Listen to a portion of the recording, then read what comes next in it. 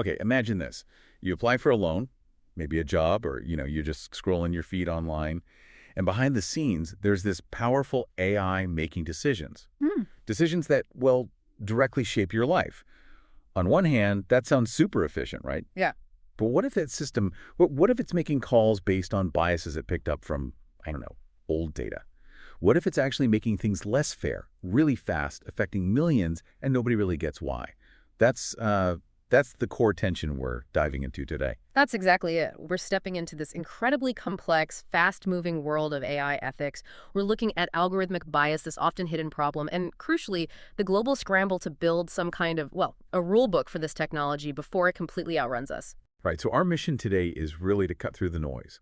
We want to look at where these ethical challenges even came from. We need to understand how different places, different countries are trying to create this essential framework for AI. And ultimately, figure out what this all means for trust, for fairness, and yeah, for the future of innovation itself. We've pulled together a lot of analysis for this deep dive, trying to bring you the most important insights. So let's start with the basics, maybe. Why do we even need a rule book for AI?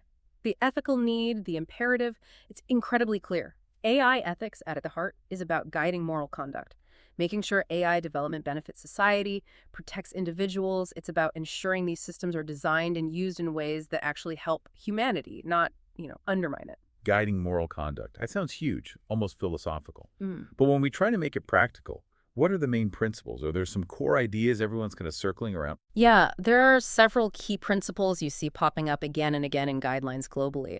And what's really interesting isn't just the principles themselves, but how they sometimes, well, they pull against each other. That tension, that's what makes regulations so necessary. First, and maybe most critical when we talk bias, is fairness and non-discrimination. Basically, impartial treatment, making sure AI systems actively mitigate bias, not just reflect it. Then there's transparency and explainability. Can we actually understand how the AI reached its decision? This pushes back against those black box models. Oh, the black box. Right, so it's not just what it decided, but why. That seems absolutely critical for trust. Precisely. Then, accountability and responsibility. If an AI causes harm, who's on the hook? The answer has to be a human or a legal entity, not the algorithm itself. We also have privacy and data protection. Super important given how much data AI eats up. Needs strict standards. Human oversight and agency is another big one, keeping a human in the loop, someone who can step in, override, or, use their judgment. And finally, safety, security, and robustness. Just making sure the systems are reliable, secure from attacks, and won't, fall over. That's a pretty solid list. Yeah. And I've heard terms like ethical AI and responsible AI thrown around. Are they the same thing, or is there a difference we should understand? There is a subtle difference, yeah. Think of ethical AI as the broader, more philosophical side. It's the what and why, the moral compass. Responsible AI is more the how. It's the operational framework. How do organizations actually implement these principles? How do they ensure compliance? It's the action plan. Got it. So responsible AI is about putting the ethics into practice. But like you said, these principles can conflict. Can trying to be fair actually clash with, say, protecting privacy? Oh, absolutely. This is where it gets really tricky. Let's say you want to build a fair hiring algorithm. To audit it for bias against, say, certain demographic groups, you might need access to sensitive data about those groups. But that directly bumps up against the principle of data privacy, which says collect less personal data, not more, or think about performance versus explainability. Often, the most powerful, most accurate AI models are the hardest to understand, the most opaque. So you have these trade-offs baked in, and that's exactly why you need clear rules, concrete regulation to help navigate them. Okay, so this need hasn't just appeared overnight. How did we get here? When did people really start waking up to the ethical side of AI? Was it always a big deal? No, definitely not. It's been a gradual awakening and honestly, mostly reactive. Each wave of AI brought new concerns. Back in the 1950s, 60s, when pioneers like Alan Turing were just thinking about AI, the ethics talk was very philosophical. Machine consciousness, stuff that felt pretty far off. Right, like science fiction, not something impacting daily life yet. Exactly. Then, maybe 70s through the 90s, AI starts getting practical with early automation. Think factory robots, like on GM assembly lines in the 80s. Suddenly, the big ethical issue was jobs. Job displacement, economic inequality, very real, very tangible. And then the internet changed everything, didn't it? Completely. The digital boom, 90s and 2000s, put algorithms into everyone's lives. Online tracking, personalized ads, think early Google. That sparked huge debates about data privacy, consent, debates we're, frankly, still having today. But the real ethical explosion, the kind of deep reckoning we're in now, that seems much more recent, this sort of AI renaissance period. Absolutely. The 2010s up to now, this is when deep learning really took off and AI got deployed rapidly in high-stakes areas. And that's when the really profound dilemmas hit home, often through very public failures. Think about facial recognition being rolled out by police forces, raising immediate alarms about surveillance, civil liberties. And weren't there some key moments, like the Gender Shades project, that really hammered home the bias issue for everyone? Yes. Gender Shades, led by Joy Buolamwini, it was groundbreaking, showed empirically that major facial recognition systems were significantly biased, performing much worse on darker-skinned women compared to lighter-skinned men. A huge wake-up call. Then you had the Cambridge Analytica scandal in 2018, showed how personal data could be weaponized for political manipulation. That shook public trust big time. And of course, the autonomous vehicle accidents, like the fatal Uber test crash, forced really difficult, immediate questions about safety, liability, who's responsible when the AI gets it wrong. It really sounds like we're always one step behind. The tech rolls out, then we scramble to figure out the ethical rules and the laws. That the governance gap you mentioned, this constant catch-up. That's precisely it. You see laws for biased algorithms being debated, finalized, often years after those systems have been affecting real people's lives in critical areas like hiring or loans. It just highlights how hard it is to regulate something moving this fast. We're always reacting, rarely anticipating. And digging into those crises, especially the ones hitting people directly, AI bias seems to be right at the heart of it. So what exactly is AI bias? How does it actually work? Okay, so AI bias is basically an inclination, a prejudice within the AI system itself that leads to unfair outcomes. Discrimination, essentially. It's not usually malicious intent, but it comes from the data the AI learns from data that often reflects historical inequalities or sometimes from the choices the human designers make. So when an AI learns from biased data, it doesn't just mirror those biases. It can actually amplify them, automate them, and spread them at incredible speed and scale. That sounds really problematic. Can you give us some concrete examples? Where has this algorithmic discrimination really reared its head? Sure. Let's look at hiring and employment. Huge area. Remember that Amazon recruiting tool story from a few years back? They found their AI tool was penalizing resumes that included the word women's, like women's chess club captain. It even downgraded graduates from all women's colleges. Why? Because it learned from Amazon's past hiring data, which was heavily male-dominated, especially in tech roles. It basically taught itself that male candidates were preferable. Wow. So the AI just absorbed the company's history, warts and all, and automated that pattern, unintentionally embedding bias. Exactly. And it's not just history. There's an ongoing lawsuit right now, Mobley v. Workday, Inc. It alleges that AI screening tools are discriminating against applicants who are older, Black, or disabled, shows the risk is very current. Chilling. What about the criminal justice system? Fairness there is absolutely fundamental. Yeah, and it's a big area of concern. Predictive policing algorithms, for example. They're often trained on historical arrest data. Now, critics argue this data already reflects existing biases in policing. Maybe certain communities are over-policed.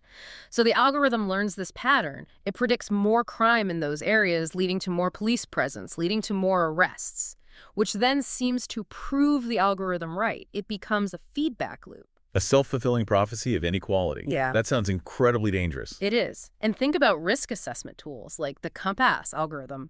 A ProPublica investigation back in 2016 found it was nearly twice as likely to incorrectly flag Black defendants as high risk for reoffending compared to white defendants, even when other factors was similar. Now imagine what that means, that bias score. It can lead to higher bail, maybe being denied parole, harsher sentencing. It creates this cascading effect of injustice throughout the system. That's terrifying. One bias score creating ripples through someone's entire life. And it's not just justice or jobs, right? It pops up in finance, too. Definitely. In financial services, AI is used for credit scoring, loan applications, but it can perpetuate old forms of discrimination. We've seen examples of algorithmic redlining, like a Wells Fargo algorithm reportedly assigning higher risk scores to Black and Latino mortgage applicants than white applicants with similar financial situations. So even if the AI isn't explicitly told, look at race, it finds ways to figure it out. Right. Other seemingly neutral data points. Exactly. That's proxy discrimination. So Yeah. it's really sneaky. Legally, you can't use race, but an AI looking for patterns, it might find that things like your ZIP code or maybe your online shopping habits, even the type of phone you use, correlate strongly with race or income. So it uses these neutral seeming proxies to effectively recreate discriminatory patterns, all under this kind of veil of neutrality. That phrase, veil of neutrality, really sticks. It implies the AI isn't just reflecting bias, it's almost hiding it, making it harder to challenge while scaling it up massively. What's the key takeaway here about how AI changes bias? This is really crucial. AI doesn't just reflect bias. It operationalizes it, it scales it, and it conceals it. Think about it. One biased loan officer, that's a problem. But when you train an AI on decades of data reflecting thousands of such biased decisions, that individual prejudice gets laundered into a statistical pattern. The algorithm then applies that pattern automatically, maybe millions of times, giving this veneer of scientific objectivity to decisions that are actually rooted in historical injustice. This bias laundering, as some call it, makes discrimination much harder to spot and fight. And that's why transparency is so vital and why regulators are finally stepping in. Okay, so facing that huge problem scaled, hidden bias, how did the EU respond? What's the deal with the EU AI Act? Right. Well, the EU AI Act is basically the EU's direct answer to these escalating problems. It's the world's first really comprehensive, legally binding framework specifically for AI.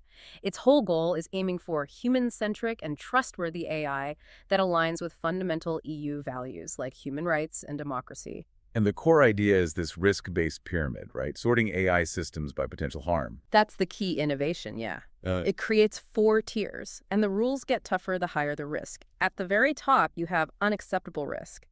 These AI systems are just banned outright. We're talking things like manipulative subliminal tech, systems that exploit vulnerable groups like kids, social scoring by governments.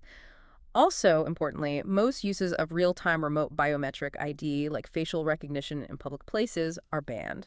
Plus, things like untargeted scraping of facial images and emotion recognition in workplaces or schools.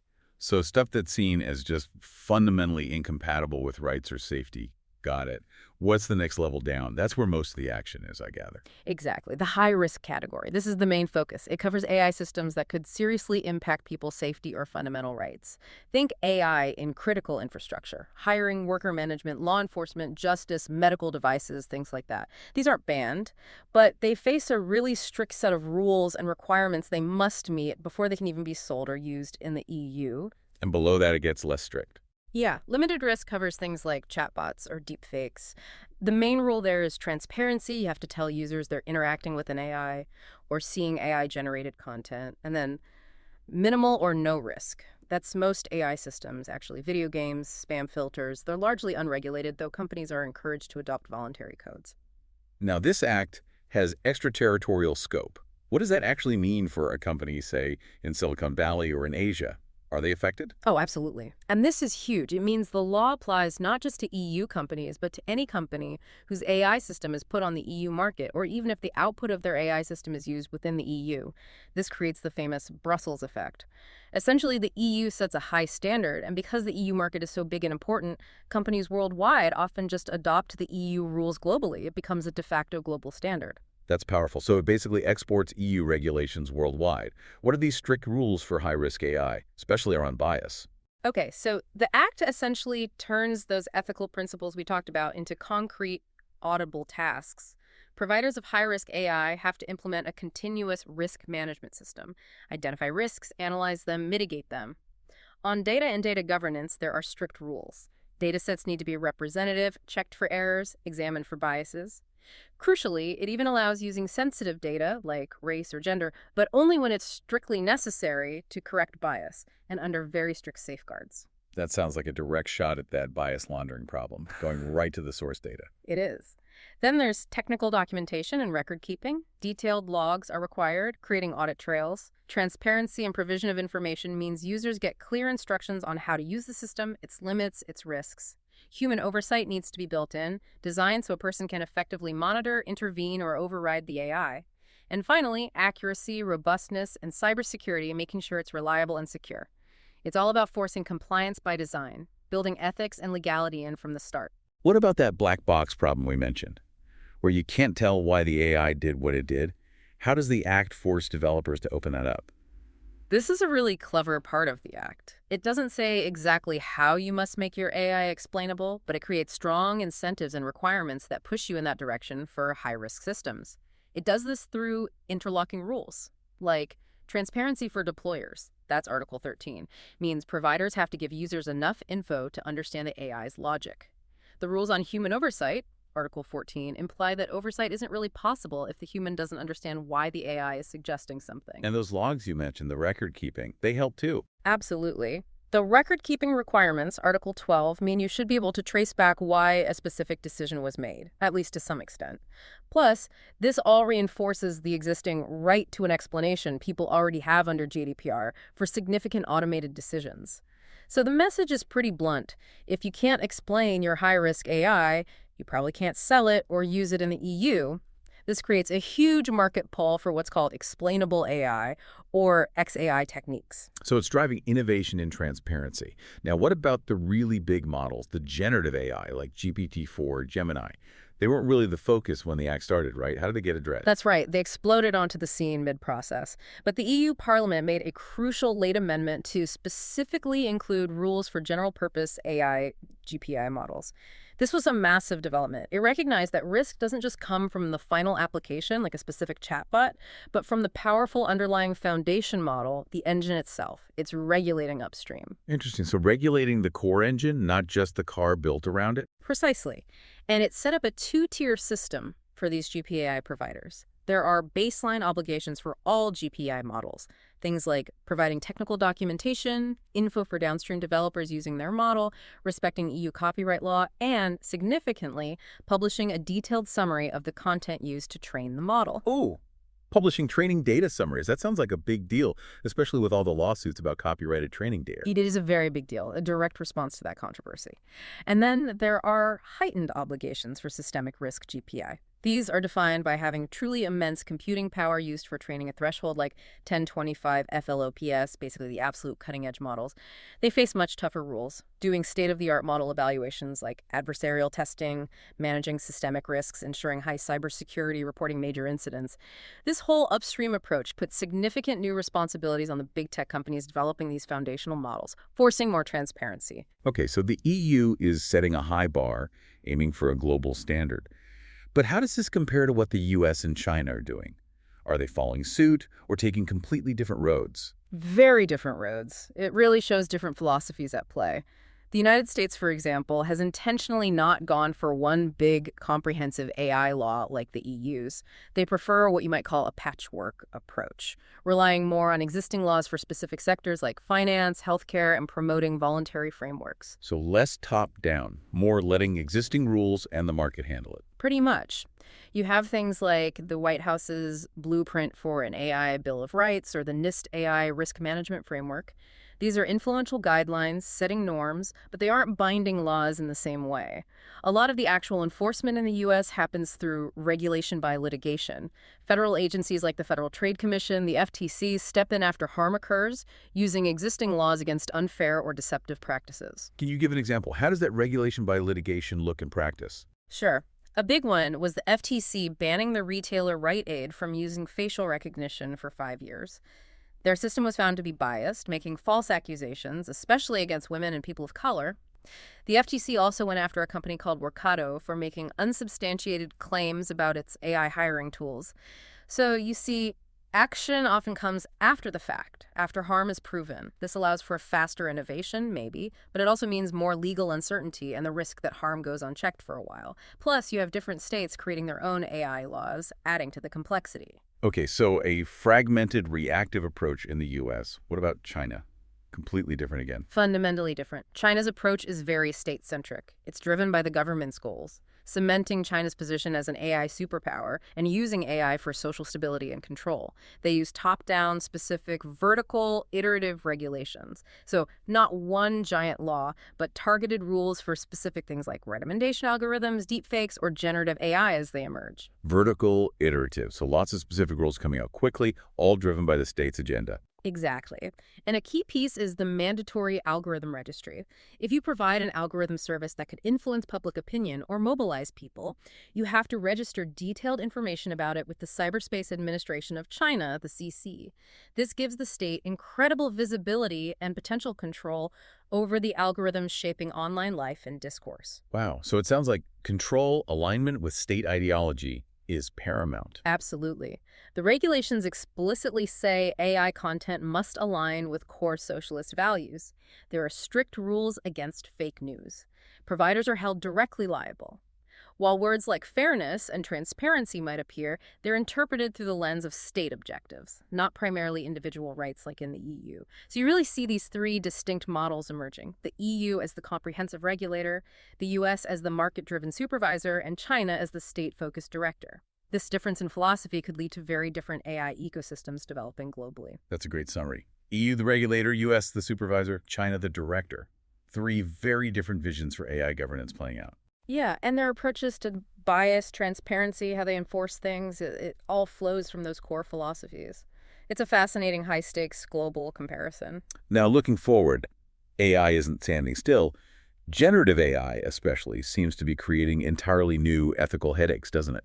Oh, absolutely. Generative AI, things like ChatGPT, Midjourney, it shifts the ethical focus. It's not just about biased decisions anymore, but about the content itself, about creativity, about truth.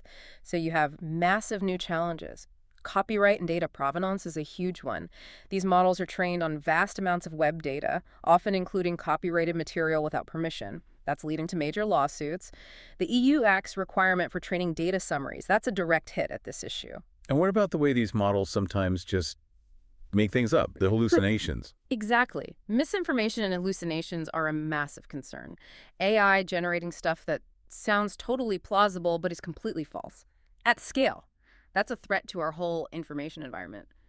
And there are tricky questions about ownership and creativity. If you prompt an AI to make an image, who owns it? You, the AI company. Is it even copyrightable? And we can't ignore the environmental impact.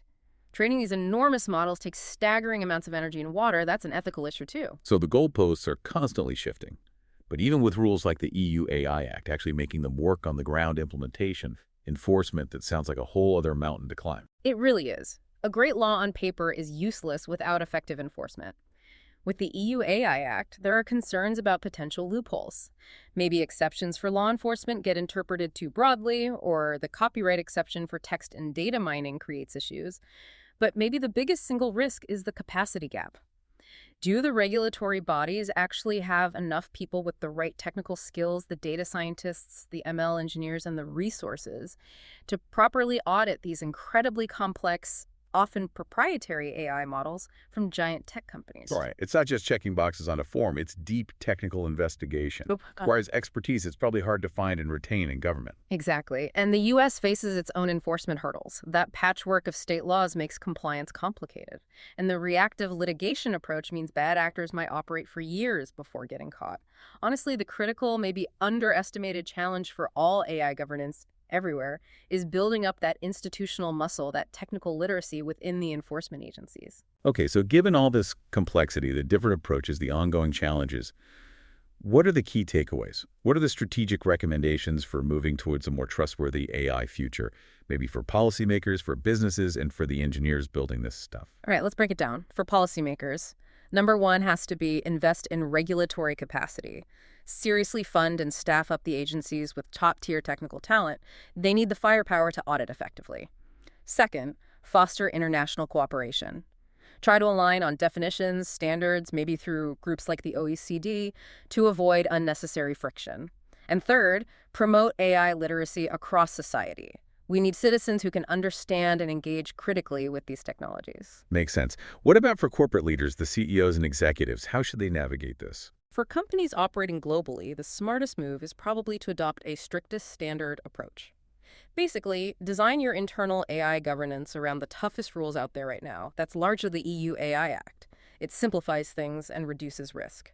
They also absolutely need to establish robust internal governance, Create AI ethics boards or committees, give them real teeth, real authority to review, maybe even stop risky projects. And finally, they should embrace transparency as a competitive advantage. Don't just see it as a compliance burden. In a world that's getting more skeptical about AI, being transparent can actually build trust and differentiate you in the market. And lastly, what about the developers and engineers? The people actually coding these systems day to day, what's their responsibility? Their role is crucial. They need to integrate ethics into the development lifecycle, right from the start. Risk assessment shouldn't be an afterthought. It needs to be part of the process, from brainstorming to deployment and beyond. They should champion explainable AI, XAI techniques, make interpretability a core goal, not just an optional extra. Treat it like any other performance metric. And please, document meticulously. Keep detailed logs, data sources, design choices, tests you ran, how you tried to fix biases. In this new era, if it's not documented, regulators might assume it wasn't done. Right. So quite a journey we've taken, from defining AI ethics and seeing how bias creeps in, through the landmark EU AI Act, comparing it to the US and China, and finally looking at the ongoing challenges and what needs to happen next. It's definitely a complex, dynamic picture, and it's changing all the time. It really is. And that leaves us and you with a pretty big question to chew on. As AI keeps accelerating and reshaping everything, will this global push for rules actually manage to align innovation with human values? Or will that governance gap just keep widening, leaving us always playing catch-up? And maybe more personally, what role might you play in either advocating for or perhaps even helping to build that trustworthy AI future we all hope for?